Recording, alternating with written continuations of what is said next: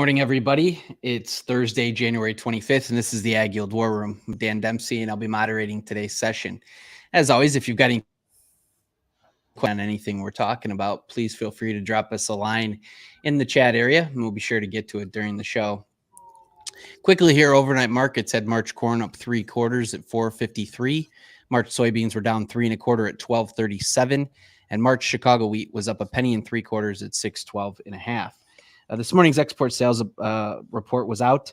Corn came in at 954,800, in line with estimates. There was some 24 sales as well, about 37,000. Soybeans, pretty disappointing on the week, 560,000. Wheat was in line, 451,400, and meal was sort of at the lower end of the ranges at 255,900. Also had GDP was released this morning. Fourth quarter GDP came back better than expected, 3.3%.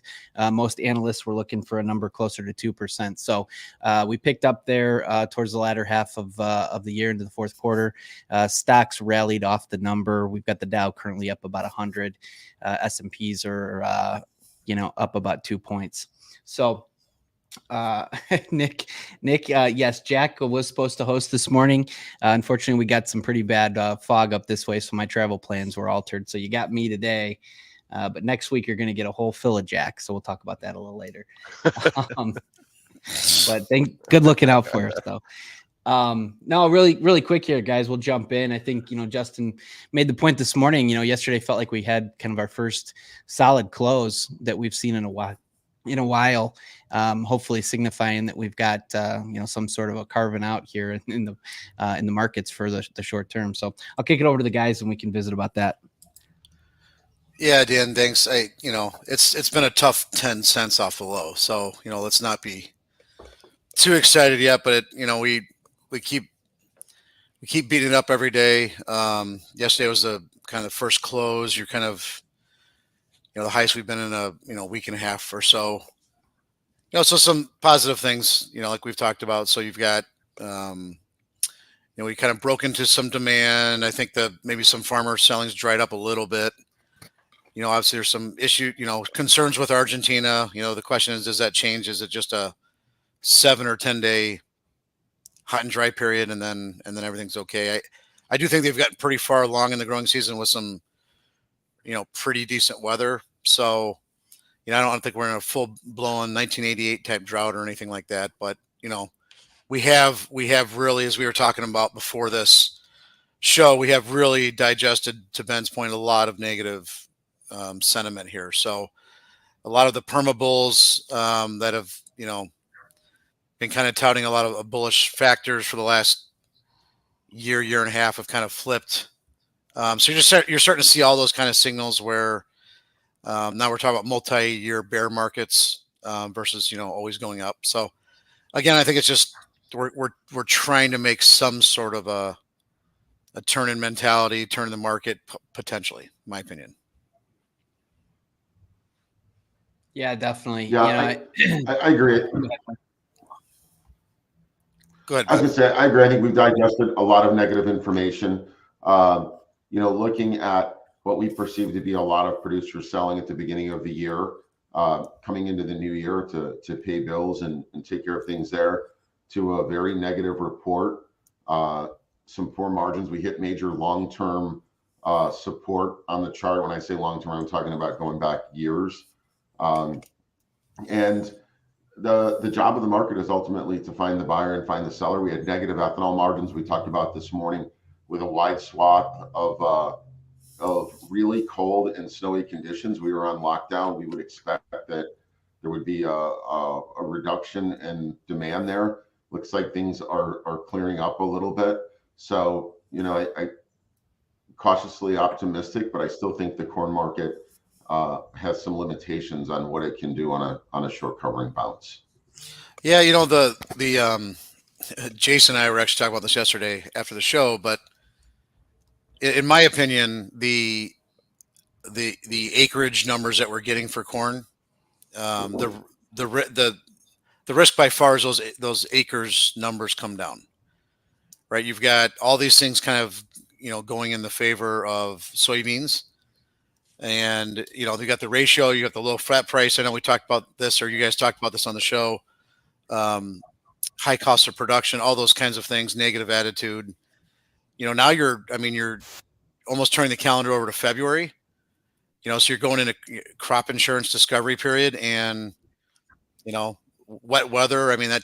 Weather starts driving acres at this point too. So I agree, Ben. I don't necessarily think this is any market where you say, hey, now we're going to turn around and go right back up to where we started. I just don't think you can have that as a base case. I think at this point, I think a base case would be probably something where you have a 40-50 cent range for months and months from here. As boring as that sounds, you need a major change, and a week of dry Argentine weather isn't a major change. It's something that stabilizes a bear market. We talked about this earlier in the week. China, corn import numbers have been positive. So there's things that, like we talk about here, that should stabilize the market. But by no means does that mean we think we're back to $6 corn. I think that time frame is come and gone, and now we're talking about the new market that we have here today, and what does that look like going forward? And Justin, there was a question posed. Yes, there was a question posed yesterday in my travels that I thought was interesting. It's like, the American grower, you look at the corn bean ratio out forward, and yeah, the economics do point to planting more beans, or that, you should plant more beans, but there are, different decisions that the grower will make based on their operation and whatnot. Like, what is, in your history, what is the ratio where really it is like no brainer, I'm planting beans? It's 3-to-1. Is it over 3-to-1? Like, what is that for in your yeah opinion? So when we were sitting there in 2017, 18, we had a couple years in a row where we had a ratio 2.65, and that's the highest ratio we've had that I can remember for new crop going into planting. Once the crop's planted, the ratio doesn't matter. It can go to 3-to-1, 4-to-1, 1-to-1, because the crop's already been planted. But when you're actually going in and making those decisions, you get above 2.5, you get above 2.6. That's where you start shifting meaningful acres. And like we've talked about, the combination of what is the flat price and what is the ratio.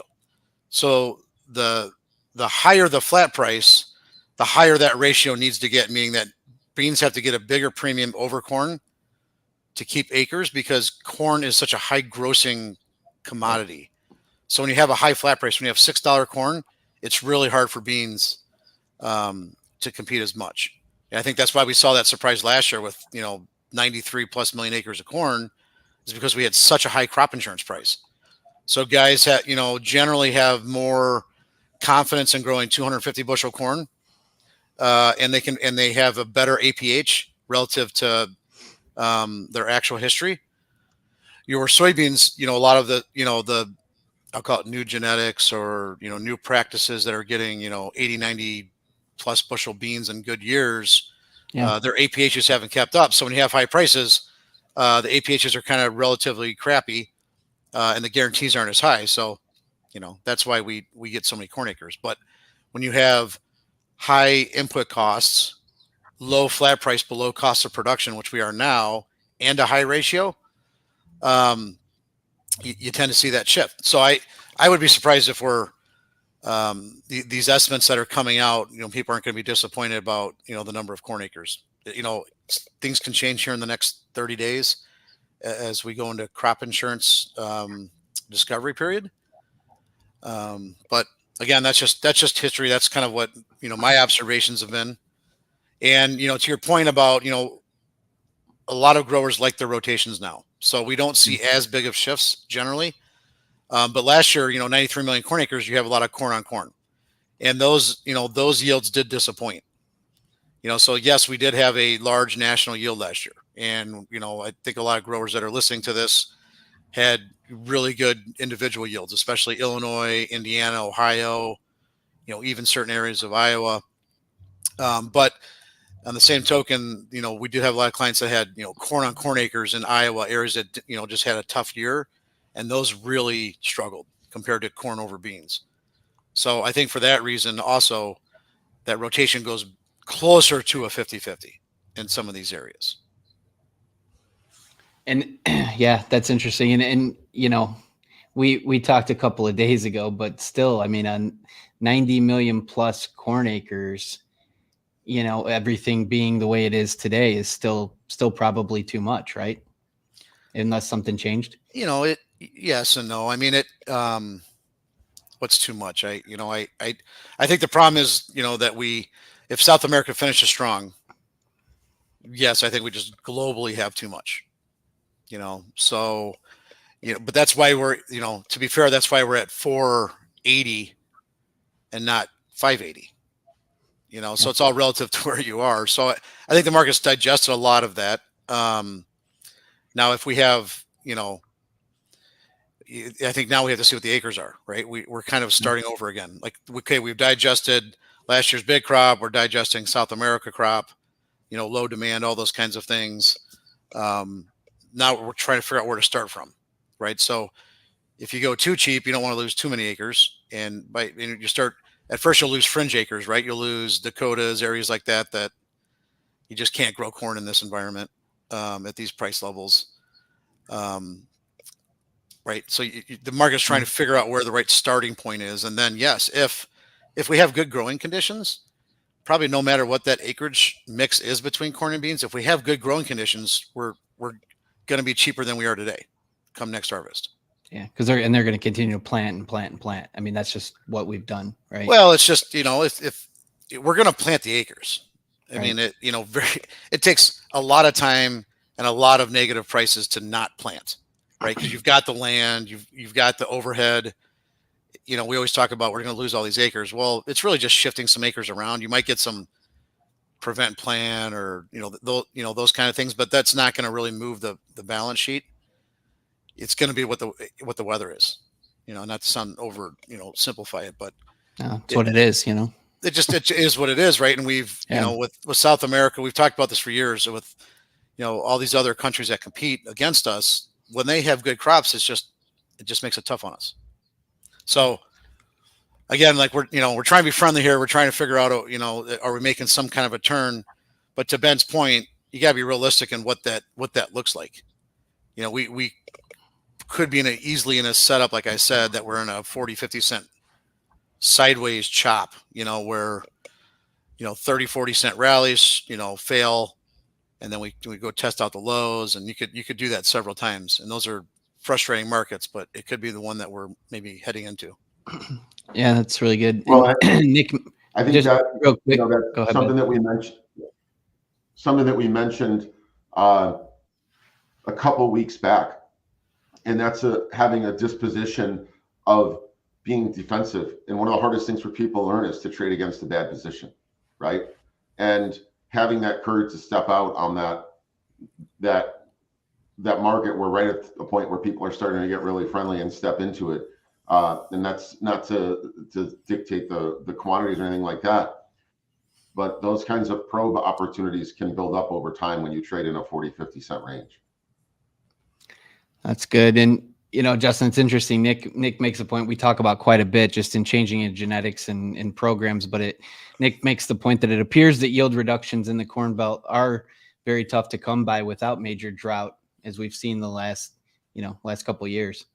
Yeah, I think that's right, Nick. And you look at the genetics and what they've put money into. It's the lower end of the range has been raised, right? So the upper end we haven't really shot past yet on a national level, into the 180s, 190s yet.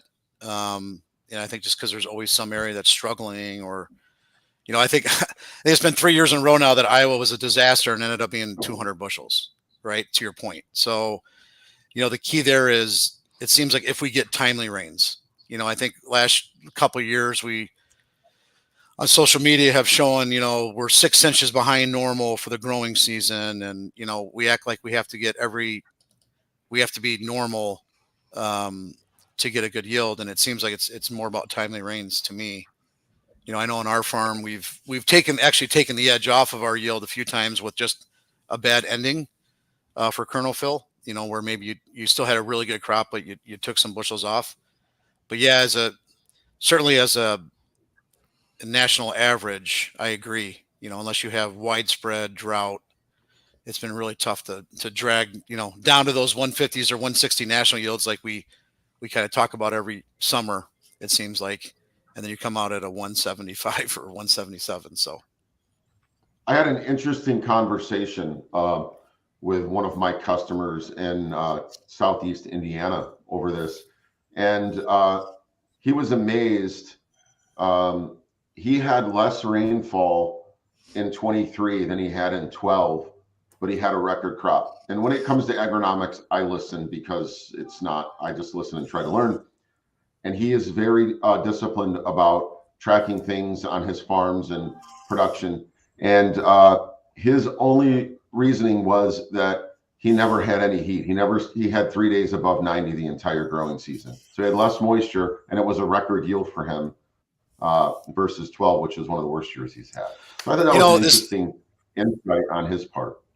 This is a good point, Ben. And we had Crop Profit, who we've talked about. We partner with them. We use them for some forecasting that we do. But what I like about them is it's all statistics, it's all data, it's all facts. It's not anything about what they think the yield is. But really, if you go back and analyze, July and August, it actually wasn't as bad as we thought. When you look at how much rain we were getting, the temperatures, to your point, there's a lot of factors that go into that yield, and they were actually pretty on top of it. Now they had a 180 type yield forecast, but that was at the time when people were talking 160s. We came out at a 177 something. So yeah, I will say that component of it was really helpful for us in the Eastern Corn Belt this year, where people were they were concerned because in places there was a lack of moisture, and they did get the timely rains. But being able to reference that was certainly helpful at that period of uncertainty on what yields look like, when we could dial in and say, look, this is where your county's at. And he was very close. Yeah. Yeah. And it's just one of those things where it's just a good reference point, because you can kind of get wrapped up in, the emotion of every summer that we have. And, we always forget too of, let's remember next year, right? When we're in July and we're talking about how dry and hot some places, remember that's what we talked about Iowa the last 3 years. Right. So that's right. Yeah. So just, keep learning from years past, I guess, is the theme. Guys, quickly here, we just came into the open down 3 1/4 in March corn. 449 is the last there. March soybeans are down 9 1/2, 1231, and March Chicago wheat is down 2 3/4 at 608 1/4. A couple administrative things here before we wrap. January 29th, AgYield will be hosting an exclusive show for our AgYield consulting clients. John Wenzel from StoneX is going to be visiting with us. He's the director of energy and fuel markets. He's got a great presentation put together on some trends as we go into the spring relative to those markets. So it should be good. Pre-registration is required for the show there. We've sent out the information to the clients for that show. Also every day, streaming live on X, Facebook Live, and YouTube Live, 8:15 Central Time, every day that the markets are open.